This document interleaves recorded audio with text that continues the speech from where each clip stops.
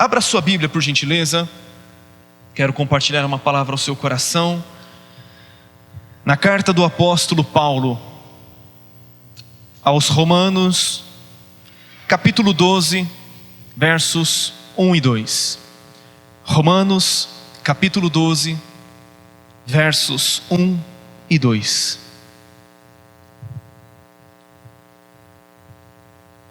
Diz assim a palavra de Deus. Quantos acharam? Digam amém. Aleluia, o telão está aí, né, irmão?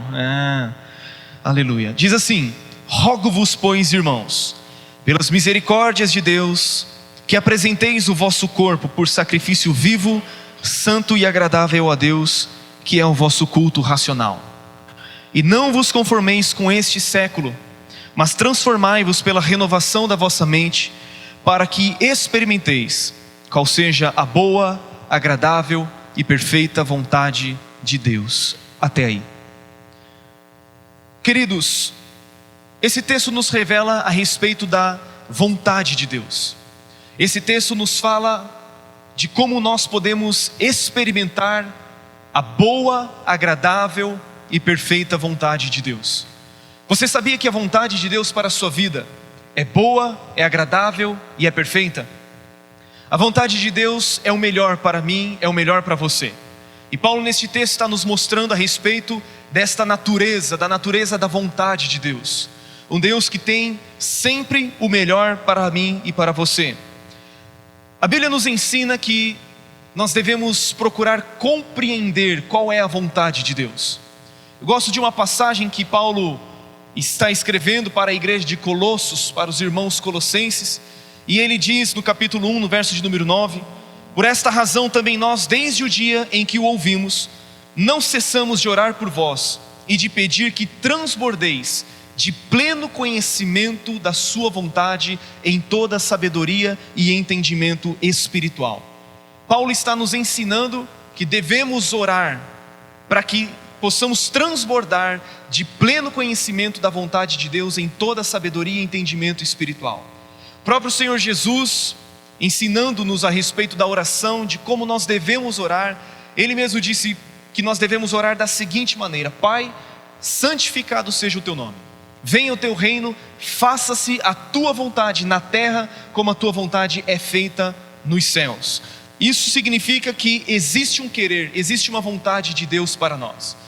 Poderia dizer que existe uma vontade geral de Deus para cada um de nós. Por exemplo, a Bíblia diz que Deus deseja que todos sejam salvos e cheguem ao pleno conhecimento da verdade. Essa é uma vontade geral de Deus para cada um de nós. A Bíblia ainda nos diz que nós devemos ser gratos a Deus em todas as coisas, porque esta é a vontade de Deus em Cristo Jesus. A Bíblia ainda diz no outro texto que a santificação é a vontade de Deus para mim e para você. Isso significa que existe uma vontade geral.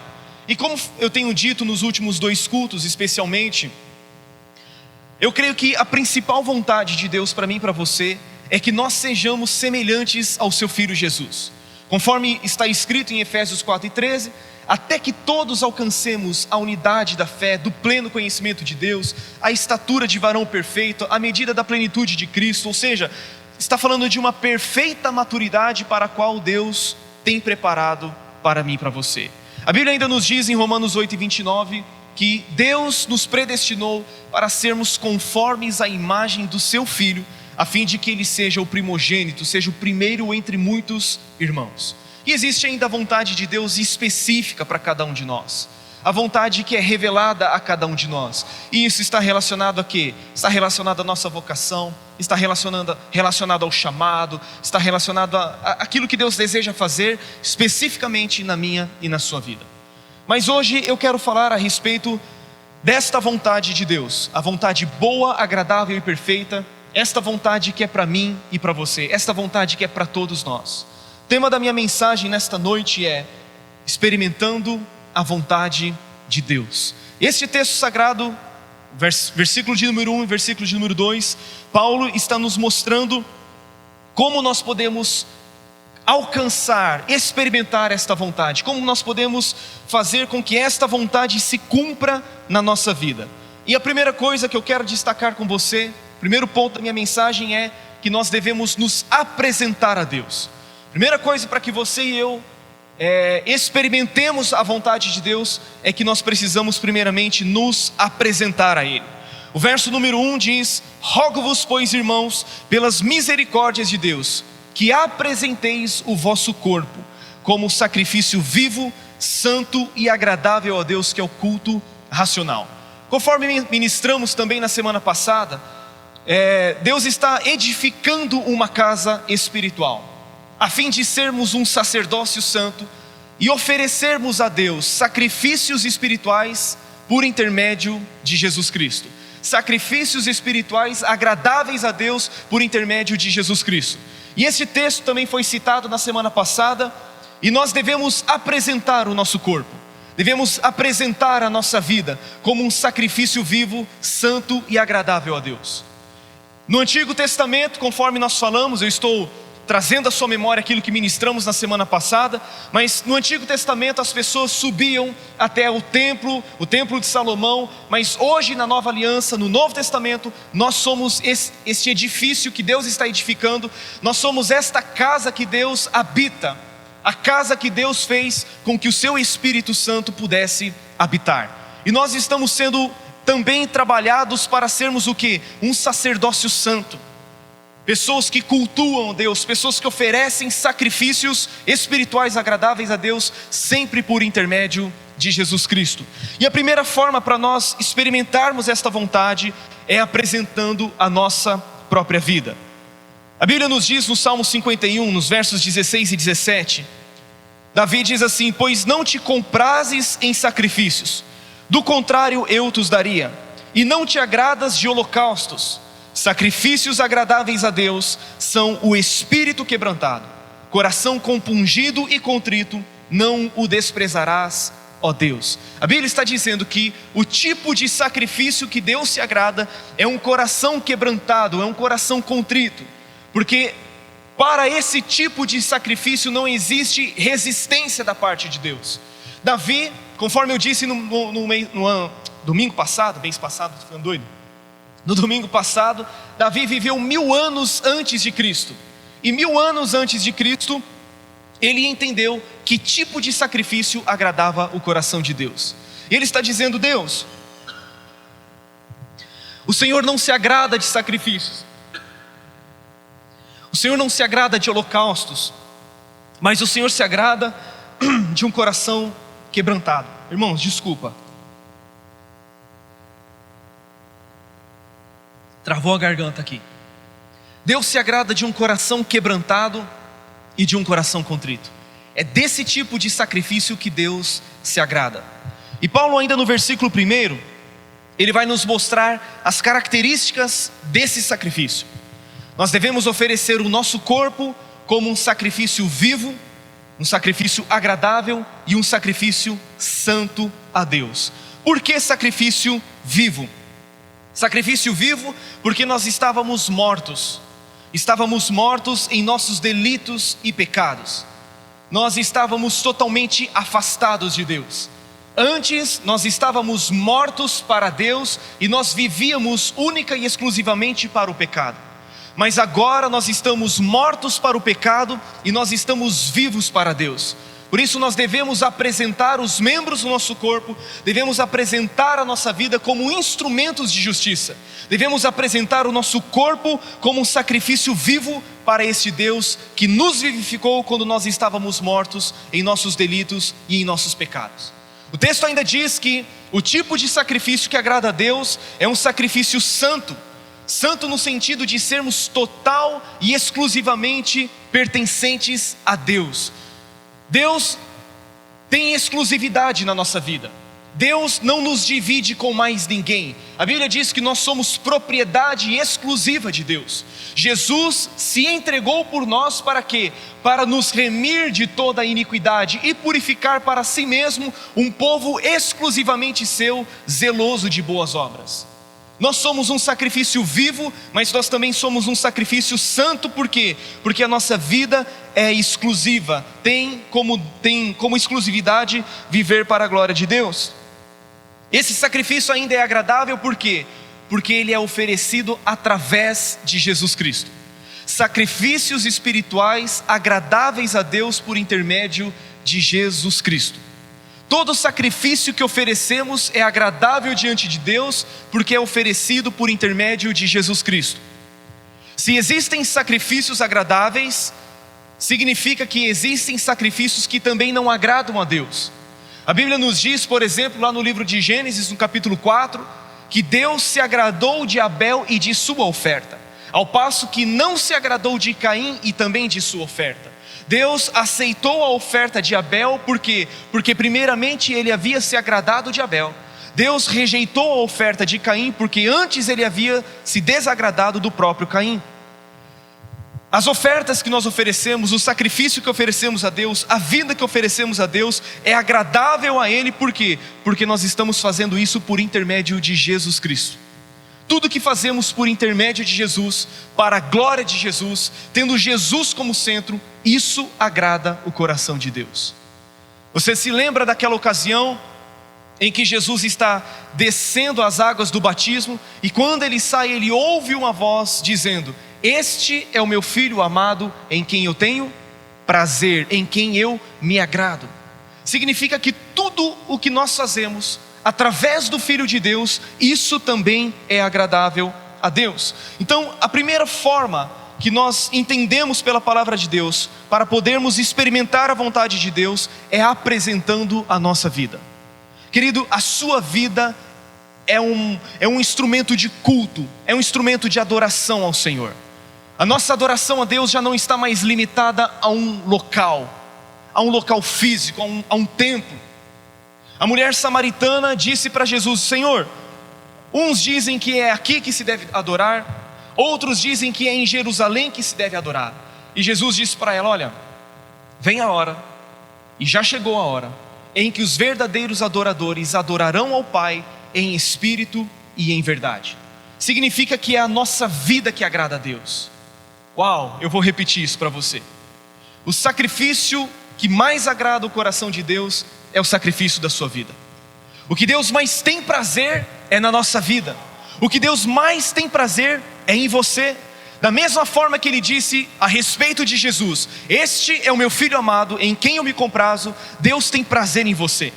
O que Deus se agrada não é de música, o que Deus se agrada é de você. O que Deus se agrada não é da adoração, o que Deus se agrada é de você. Deus não está procurando música, Ele está procurando verdadeiros adoradores que o adorem em espírito e em verdade. Sacrifícios espirituais agradáveis a Deus, um sacrifício vivo, santo e agradável a Deus. E Paulo diz: este é o nosso culto racional. É o nosso culto racional. Assim nós podemos experimentar a vontade de Deus. Em segundo lugar, para experimentarmos a vontade de Deus, precisa haver em nós algo chamado inconformação. Inconformação, ou a não conformação. No verso de número 2, Paulo diz assim: e não vos conformeis com este século, mas transformai-vos pela renovação da vossa mente, para que experimenteis qual seja a boa, agradável e perfeita vontade de Deus. Não vos conformeis com este século. Para que nós experimentemos a vontade de Deus, deve haver em nós também uma inconformação. Uma inconformação com o quê?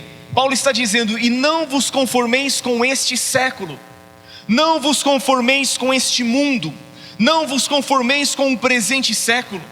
Significa, queridos, que o mundo no qual nós habitamos e o sistema que rege este mundo tem uma forma. Essa forma é elástica, é flácida. A forma do mundo é a forma do relativismo moral, da ética situacional e da degradação da virtude. É este o mundo no qual nós estamos vivendo, e nós não podemos nos conformar com ele. O crente é alguém que não põe o pé nessa forma, não se amolda ao esquema do mundo. A forma do mundo é um esquema que muda todo dia, muda diariamente. Paulo usa duas palavras no original grego para a palavra forma. A primeira é a palavra esquema, em referência a uma forma que muda todo dia. E a segunda palavra é a palavra morfe, em alusão a uma forma imutável. E a Bíblia está dizendo: não se conformem, não se amoldem ao padrão deste mundo. Paulo está falando do sistema de valores que está em desacordo com Deus, e que nós não mais podemos nos amoldar a ele, não podemos tomar a forma deste mundo. Para que nós experimentemos a boa, agradável e perfeita vontade de Deus, nós não podemos nos amoldar ao presente século.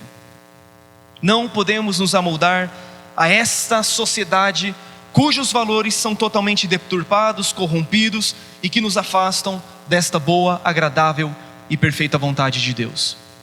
Na primeira epístola de Pedro, capítulo 1, verso 14, diz assim: como filhos da obediência, não vos amoldeis às paixões que tinhais anteriormente na vossa ignorância. Pelo contrário, segundo é santo aquele que vos chamou, tornai-vos santos também vós mesmos em todo o vosso procedimento. Pedro está dizendo, como filhos da obediência, não vos amoldeis às paixões, não se amoldem às paixões que nós tínhamos anteriormente no tempo da ignorância, no tempo em que nós não conhecíamos a Deus. Antes de conhecermos a Cristo, a Bíblia diz que nós éramos filhos da desobediência, mas agora o texto está dizendo que nós somos filhos da obediência. Quando as pessoas perguntarem o seu nome, você deve dizer o seguinte: eu sou filho da obediência. As pessoas precisam ver em nós um padrão de obediência. Antes nós éramos filhos da desobediência, antes nós éramos por natureza filhos da ira, mas agora a Bíblia nos chama de filhos da obediência. A característica essencial desse filho é que ele não se amolda ao padrão deste mundo. As paixões que antes o governavam não mais o governam. Nós não podemos nos conformar com este mundo, mas devemos nos conformar com aquilo que é a vontade de Deus. E conforme nós lemos em Romanos 8:29, Deus nos predestinou para sermos conformes à imagem do seu Filho Jesus. Portanto, o crente não se amolda às paixões do mundo, o crente se conforma com Cristo Jesus. O padrão do crente não são mais os valores dessa sociedade, o padrão do cristão é Cristo Jesus, é Jesus Cristo. Queridos, a igreja nunca foi chamada para imitar o mundo. A igreja nunca foi chamada para ser semelhante ao mundo. A Bíblia diz que Deus nos tirou do mundo e Ele nos fez propriedade sua. Ele nos fez propriedade exclusiva dEle. E a igreja nunca influenciou o mundo sendo semelhante a Ele. A igreja sempre que influencia o mundo é pela sua diferença do mundo, é por ser diferente do mundo. E sempre que a igreja cede e se torna semelhante ao mundo, o mundo simplesmente engole a igreja. Você quer ver um exemplo disso? Nós aqui no Brasil, nós chegamos a aproximadamente, segundo os dados do IBGE, a 40 milhões de cristãos nessa nação. Nós chegamos aí a aproximadamente 25% da população brasileira de crentes. E nós, com 40 milhões de pessoas, nós não conseguimos ainda mudar a realidade dessa nação. Nós ainda não tivemos a capacidade de mudar a realidade dessa nação. Por quê? Porque nós estamos deixando de ser diferentes do mundo e nós estamos nos tornando cada vez mais parecidos com o mundo. Nós temos visto uma geração, por exemplo, em que é um grande desafio levantar um trabalho de jovens nas igrejas. Se existe um trabalho desafiador dentro da igreja do Senhor, é o trabalho com os jovens. E nos últimos anos nós temos visto muitas igrejas permitindo que o mundo entre dentro dela. Não, nós precisamos atrair os jovens. E muitas vezes a estratégia de atrair os jovens é sendo semelhante ao mundo. Aí cria-se balada gospel, cria-se rave gospel, cria-se carnaval gospel, cria-se tudo intitulado gospel. Para quê? Porque nós precisamos atrair aos jovens. Só que a Bíblia nos diz que como poderá o jovem manter o seu coração puro? observando o seu caminho conforme a palavra. Como é que nós podemos vencer o pecado? Escondendo a palavra de Deus, guardando a palavra de Deus dentro do nosso coração. E se nós queremos ver uma juventude transformada, uma juventude influenciando a nossa nação, nós não podemos desenvolver um trabalho semelhante ao que o mundo está fazendo. Os jovens sempre são fortes quando eles estão firmados na palavra de Deus. Agora, quando troca-se a palavra de Deus por qualquer outra coisa, certamente a igreja se torna semelhante e se torna parecida com o mundo. Queridos, eu não estou dizendo que não pode ter banda boa, não estou dizendo que não pode ter luz, não pode ter fumaça, não estou falando nada contra disso. A questão é quando essas coisas substituem o principal, e o principal é o Evangelho, o principal é a palavra de Deus, o principal é o que? É Cristo Jesus na vida dos jovens, é levar os jovens a ter uma experiência com Jesus Cristo. Eu não sei se você já pesquisou, mas quase 60%, quase 70% dos jovens se desviam no primeiro ano de faculdade. Por quê? Porque eles não estão firmados, não estão arraigados.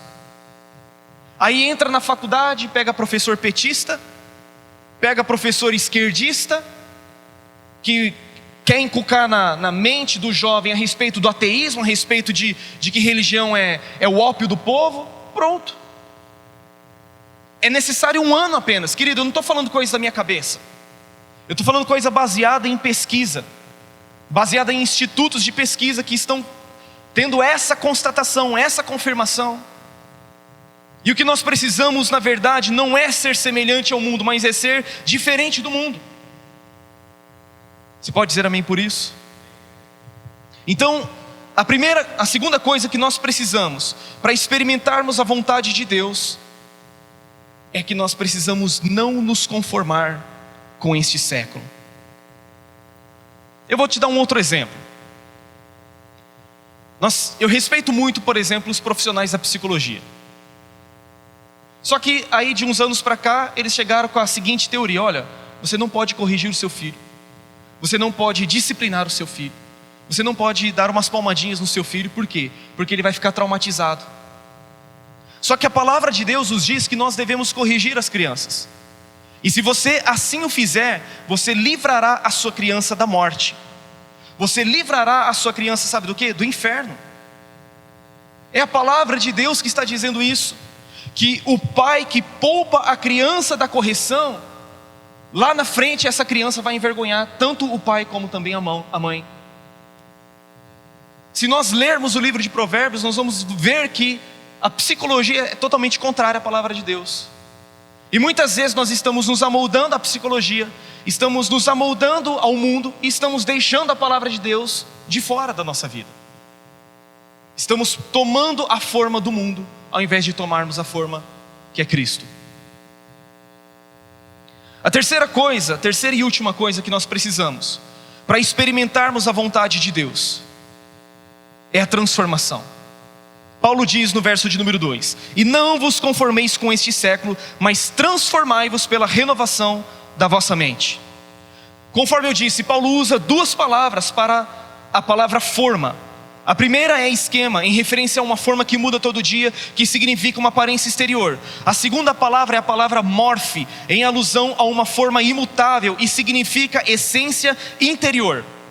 E quando Paulo fala, transformai-vos pela renovação da vossa mente, o termo traduzido aqui por transformar é o mesmo traduzido por transfigurar. É aquela mesma palavra usada na ocasião em que Jesus se transfigura diante dos seus discípulos. E os seus discípulos veem o seu rosto resplandecente, as suas vestes brancas como a luz do sol. Em nossa língua portuguesa equivale à palavra metamorfose, que descreve uma mudança que ocorre de dentro para fora. Em vez de adotar o padrão exterior e transitório deste mundo, devemos ser transformados em nossa natureza íntima. O crente não deve conformar-se com o mundo, porque a forma do mundo muda todo dia. O errado ontem é certo hoje, o repudiado ontem é aplaudido hoje, o vergonhoso ontem é praticado à luz do dia.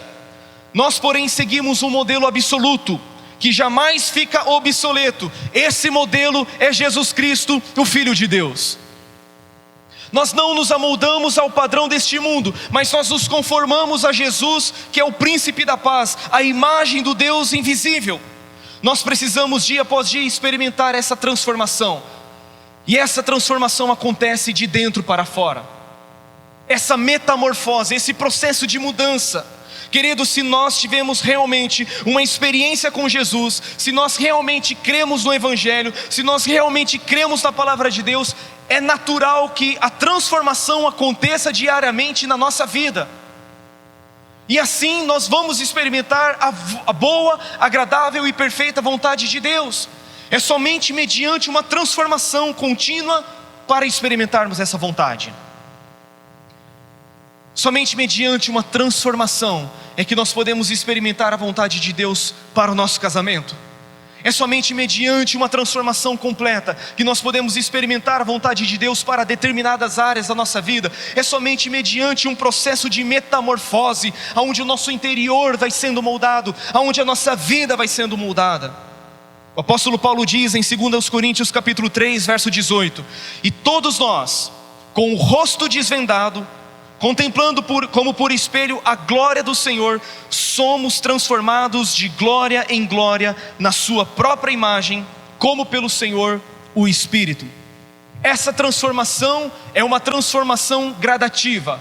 Essa transformação é progressiva, ela acontece de glória em glória, e essa transformação que experimentamos é na própria imagem do Senhor Jesus Cristo, aleluia, e isso é efetuado pelo Espírito de Deus que habita em nós. Sempre nós usamos aquela passagem, que na verdade é um versículo anterior a esse, dizendo o seguinte: aonde está o Espírito do Senhor, aí a liberdade. E sempre nós usamos essa passagem para nos referirmos às reuniões, aos cultos, que aonde o Espírito do Senhor está, aí a liberdade. Na verdade Ele está dentro de nós. O véu foi removido dos nossos olhos, Ele habita em mim, Ele habita em você. E a partir desse momento em que o véu é removido, o Espírito do Senhor tem liberdade. Para quê? Para nos transformar conforme a imagem de Deus, para sermos transformados de glória em glória na sua própria imagem. Toda pessoa que ouve o Evangelho da salvação e nele crê, precisa ter a sua vida transformada. Muitas vezes, equivocadamente, nós dizemos: cristianismo é estilo de vida. Pastor, mas como assim? Esta frase é um equívoco, porque o cristianismo não é um estilo de vida.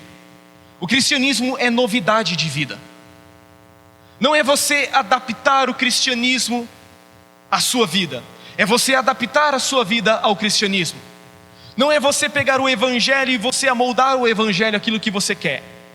Quando você tem o cristianismo como um estilo de vida, você pega apenas algumas fatias da Bíblia, dizendo: olha, isso aqui eu gosto, isso aqui eu quero, isso aqui aceito, mas isso aqui não.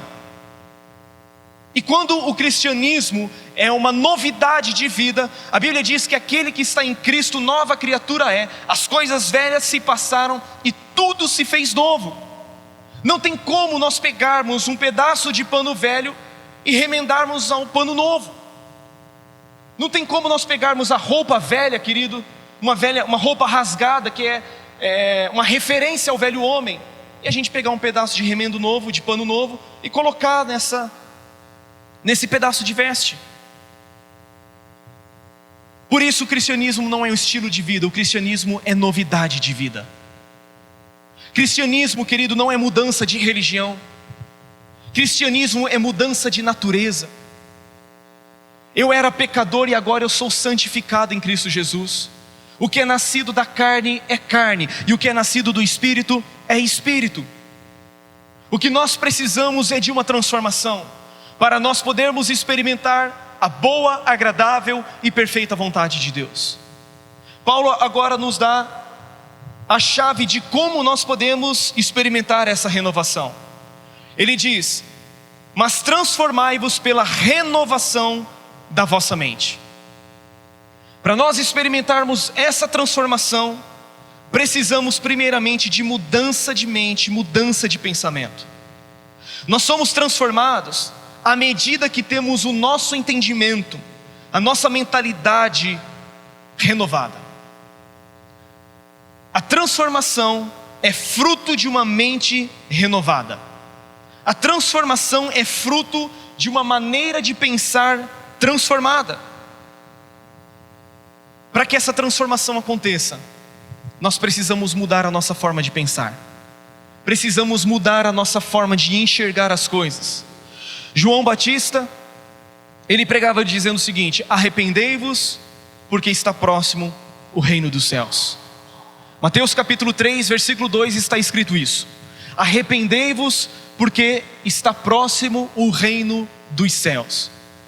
E a palavra arrependimento, no original grego, é a palavra metanoia, que significa mudança de mente, que significa renovação da mente, mudança de pensamento.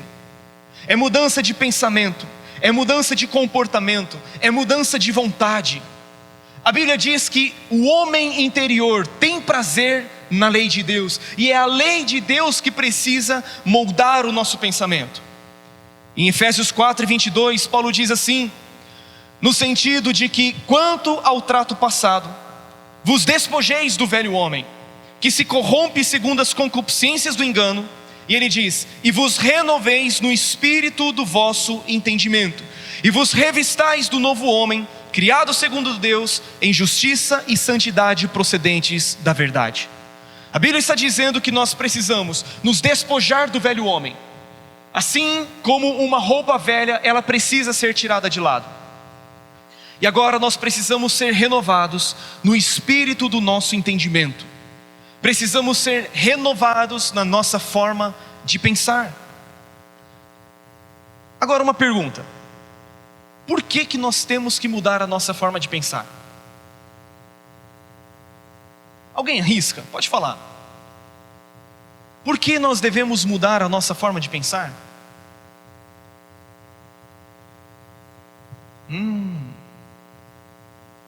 Talvez você nunca tenha pensado nisso. Por que eu tenho que mudar minha forma de pensar? Tá, ok, é para experimentar transformação? Joia. Mas por que é tão importante assim o meu pensamento? E por que é tão importante eu mudar a minha maneira de pensar? Por que, queridos? Deixa eu dizer uma coisa para você. Porque nós cremos em um monte de mentiras.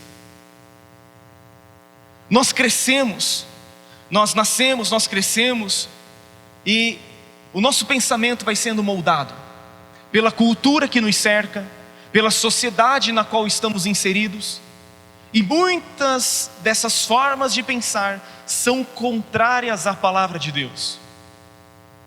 Olha o paradoxo que eu vou usar: são verdadeiras mentiras.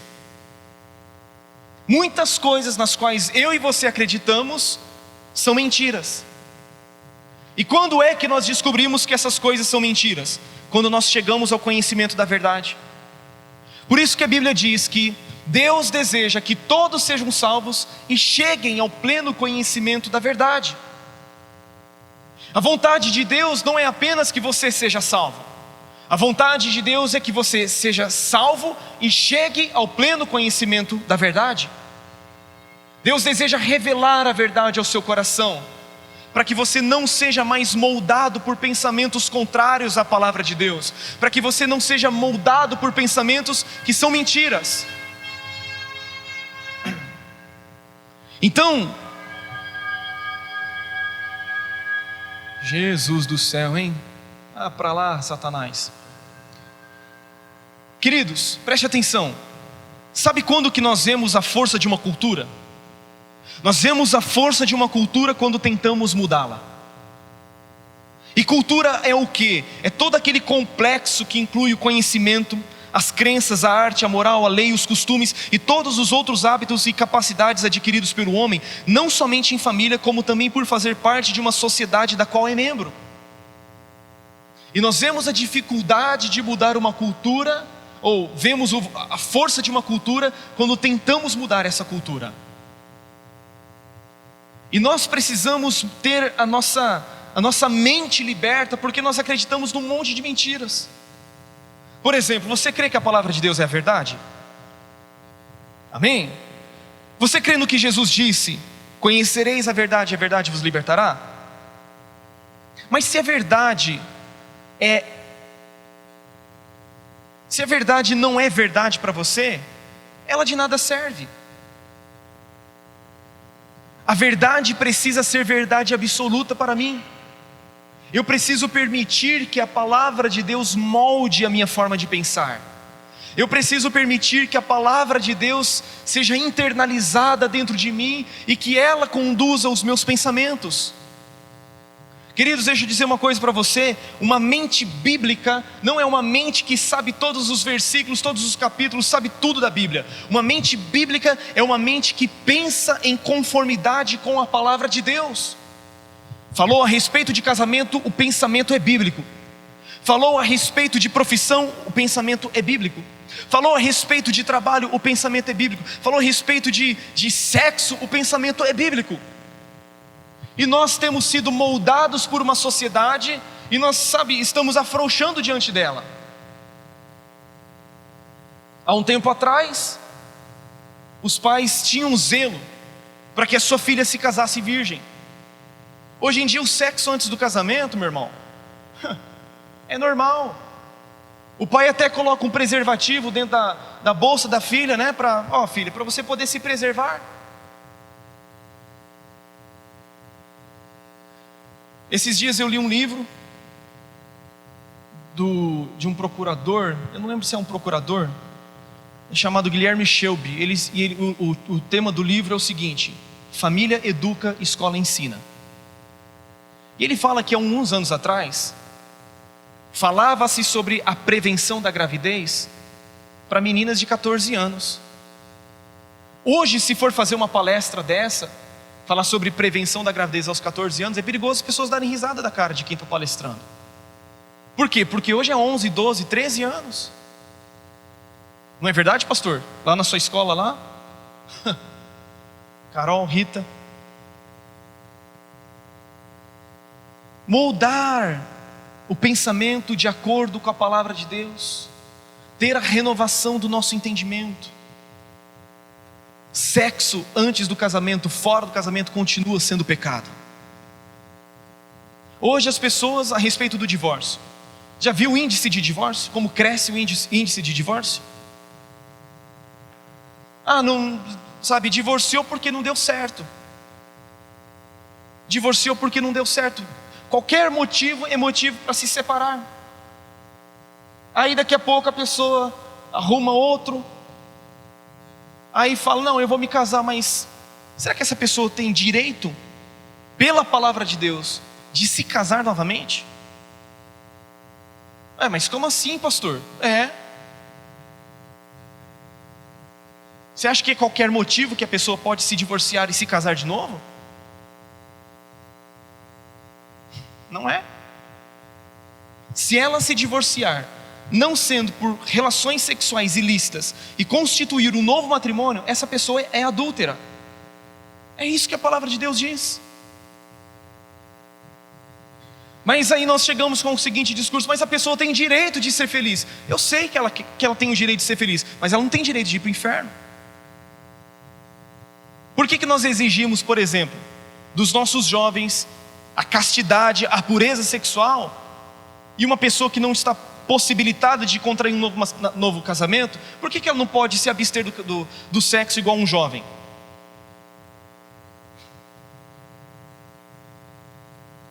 Queridos, eu sei que muitas vezes eu não sou compreendido. Eu sei que muitas vezes as pessoas pensam, o pastor é muito radical. Porque hoje ser bíblico é ser fundamentalista. Hoje ser bíblico, é ser radical. Hoje ser bíblico é ser fariseu. Hoje ser bíblico é ser religioso. Hoje ser bíblico, E eu não tenho problema com essas coisas. Porque eu estou em busca, primeiramente, de agradar a Deus. E em segundo lugar, de preparar vocês para serem apresentados a um noivo, que é Cristo Jesus. Essa geração, conforme eu disse, 40 milhões de evangélicos, experimentou a salvação. A Bíblia diz que a graça se manifestou salvadora a todos os homens. Ou seja, as igrejas foram cheias, foram lotadas. Mas falta um outro aspecto. A graça que nos salva é também a graça que nos educa. A graça que nos liberta é a graça que nos ensina a viver no presente século de forma justa, sensata e piedosa. Jesus não veio apenas trazer a graça. A Bíblia diz que a lei foi dada por intermédio de Moisés, mas a graça e a verdade vieram por intermédio de Jesus Cristo. Então Jesus não apenas trouxe a graça, que é o favor imerecido, para nós obtermos a salvação. Jesus veio trazer também a verdade. E a verdade está em sua palavra. E para nós experimentarmos a boa, agradável e perfeita vontade de Deus, é necessário experimentarmos transformação. É necessário nós termos a renovação do nosso entendimento, para que esta vontade se cumpra sobre nós. Você pode dizer amém? Queridos, a nossa grande dificuldade é entender que o reino de Deus, do qual fazemos parte, este reino tem uma lei. A Bíblia diz que nós somos transportados do império das trevas para o reino do Filho do seu amor. E nós achamos que o reino de Deus é um reino sem lei. Achamos que o reino de Deus é um reino onde tudo é permitido, onde tudo pode, onde tudo Deus entende. Mas a Bíblia fala a respeito da lei régia, ou seja, a lei do reino de Deus. Nós temos e estamos debaixo da lei de Cristo. Jesus, em Mateus 28, 18, ele diz: olha, ide por todas as nações e fazei discípulos, batizando-os em nome do Pai, do Filho e do Espírito Santo, ensinando-os a guardar todos os mandamentos que vos tenho ordenado. Eis que estou convosco todos os dias, até a consumação dos séculos. Significa que os mandamentos que nós ensinamos não são mandamentos nossos, são mandamentos dados por Ele, para que sejam obedecidos. Nós somos filhos da obediência, e nós não podemos nos amoldar ao padrão deste século. Não podemos nos amoldar às paixões que nós tínhamos anteriormente, quando nós estávamos na ignorância. Quantos desejam experimentar a boa, agradável e perfeita vontade de Deus? Apresente-se diante de Deus como um sacrifício vivo, santo e agradável a Deus. Não se conforme com este século, e seja transformado através da renovação da sua mente, através da renovação do seu entendimento. E querido, você só terá o seu entendimento renovado se diariamente você permitir que esta palavra influencie a sua vida. Se você permitir que esta palavra exerça governo sobre a sua vida. Se você dar tempo para a palavra de Deus moldar o seu pensamento. Talvez você esteja, não é uma garantia, não posso dizer isso. Ah, pastor, o senhor está falando isso porque o senhor é pastor. Alguns aqui me conheceram, na minha conversão. Alguns aqui me conheceram quando eu tinha 19 anos. Não vou dizer toda uma vida, mas uma boa parte da vida sem conhecer a Cristo. Uma vida desregrada, uma vida indisciplinada. Sabe qual era o lugar que eu frequentava fim de semana, irmão? Era aqui, a Unesp, onde tem um monte de maconheiro drogado. É ali que eu passava as noites, é ali que eu passava as madrugadas. E eu nem sabia da existência de Jesus, nem sabia o que era a palavra de Deus. Mas quando houve esse encontro com Jesus, e eu fui permitindo que esta palavra entrasse dentro do meu coração, e eu fui permitindo que esta palavra moldasse o meu pensamento, eu fui experimentando essa transformação. E conforme eu disse na semana passada ou retrasada, já não lembro mais, mas não foram poucas as vezes em que eu e alguns amigos meus, nós chamávamos o nosso pastor e pedíamos para ele nos ensinar a palavra de Deus. E não, sabe, foram muitas as vezes que nós entrávamos dentro de uma sala e ali era exposta a palavra de Deus para nós. Irmão, sabe o que é o engraçado? Que todo mundo que fazia isso virou pastor. Todos os meninos que faziam isso, todos viraram pastor. Mas você pode fazer isso sem virar um pastor. Você pode fazer isso e ser um ótimo marido. Você pode fazer isso e ser um ótimo profissional, um ótimo homem de Deus, uma ótima mulher de Deus. Por quê? Porque a palavra nos muda, ela nos transforma, não para nós sermos pastores, mas para nós sermos cristãos, conformes à imagem do Filho de Deus. Você pode dizer amém por isso? Se o mundo controla a nossa maneira de pensar, somos conformados com ele. Mas se Deus, através da sua palavra, controla a nossa maneira de pensar, nós somos transformados. Ouviu? Se Deus controla a nossa maneira de pensar, nós somos transformados pela palavra de Deus. E você experimentará a boa, agradável e perfeita vontade de Deus para você. Querida igreja, é tempo de nós crescermos. É tempo de nós amadurecermos na fé. É tempo de nós deixarmos a inconstância. É tempo de nós entrarmos em águas mais profundas. É tempo de nós avançarmos no nosso relacionamento com Ele. É tempo de nós avançarmos no conhecimento, na graça do Senhor. Pedro diz assim, olha, cresçam na graça e no conhecimento de Jesus Cristo, Senhor e Salvador nosso. Porque todos que são transformados, todos que têm a sua vida transformada e experimenta essa boa, agradável e perfeita vontade, essa pessoa terá dentro de si o desejo de transformar outras pessoas também. Deus está nos chamando, Deus está nos desafiando para vivermos uma transformação, para experimentarmos um crescimento espiritual, a entrarmos em águas mais profundas, aonde nós deixamos de experimentar apenas aquelas águas nos artelhos, conforme diz Ezequiel. Não apenas águas nos joelhos, não apenas águas nos lombos, mas Deus deseja nos levar a águas mais profundas.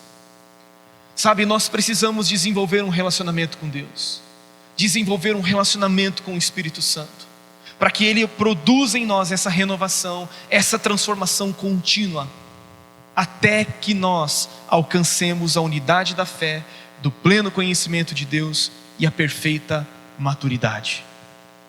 Eu quero te desafiar nessa noite. Eu sei que é uma palavra dura, eu sei que é uma palavra forte, mas é porque Deus deseja nos levar a um lugar de pleno conhecimento da sua vontade. E não apenas isso, mas Ele deseja realizar a vontade dEle na sua vida. Portanto, concluindo, apresente-se diante de Deus como sacrifício vivo, santo e agradável. Não se conforme com este mundo e seja transformado pela renovação do seu entendimento. Vamos nos colocar em pé, por gentileza.